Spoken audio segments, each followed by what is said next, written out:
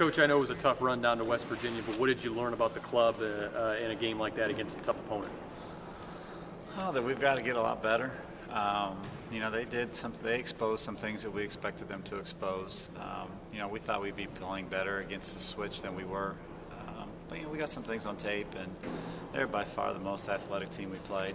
And they really challenged some passes, and some things really worked, and some things we just didn't execute at the right level. But, you know, I thought our concepts were good, just our execution was a little bit sloppy.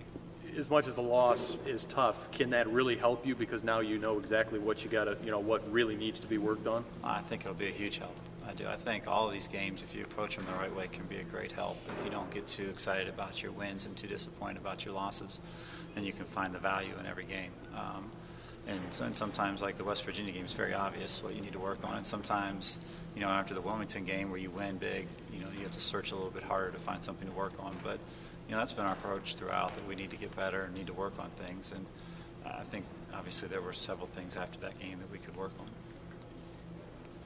Talk about Akron, Coach, a good club from just down the road. Talk about what they bring. Yeah, they're playing really well.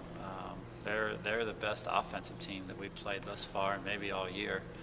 You know, they're scoring a bunch of points, and they're scoring quickly and often, and all those kinds of ways, shooting threes, shooting layups, running down the floor. So, you know, quite a transition from, you know, worrying about how you're even going to pass the ball at West Virginia to a few days later trying to figure out how you're going to stop them from scoring.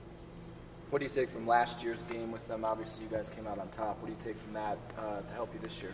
I mean, it's nice when you can play a team that, again, with the same staff and similar players, you get a better idea how they're going to guard you and how they're going to attack you. And we're able to watch that film and try to make an intelligent plan for this game. Is this the toughest test your defense will have to date right now, Coach? Yeah, for sure. For sure. They're very good offensively. You know, not just that they score a lot of points, but they do it so efficiently. I mean, they got kids that score 20 points in 24 minutes and shoot over 50% and things of that sort. So, you know, they're just real efficient offensively. They're well coached, and it's a good challenge, and it's good to be what non-conference games are supposed to be, which is to prepare you for your conference play. What about Bucknell? When do we play them? I don't know the next time we'll talk. 9 days. Well, we talked to them before that? After the end of the world. So. Oh, yeah. Bucknell, they're much improved. They got a new coach, and he's doing a fantastic job. They're a lot more disciplined than they were when we played them last. You know, and they're playing with a lot of confidence. And I think a lot of times when you get a change of regime, you know, you kind of get some new energy to your program, and he's brought a lot of energy and done a nice job of bringing something different to the table, and they've responded to him very, very well so far.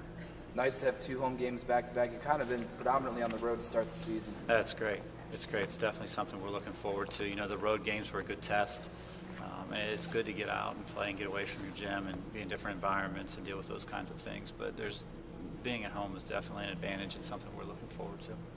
Doubly nice, Coach, that it's during during Christmas, that you know you don't have to be traveling, traipsing all over the states during Christmas. No, absolutely. You know, it's nice to be at home tomorrow. A lot of kids will get to go back with their family members and celebrate the holidays, and then to have something again where a lot of people are generally off this time of year, so friends and family are able to get to the game. Should be a good environment for both games.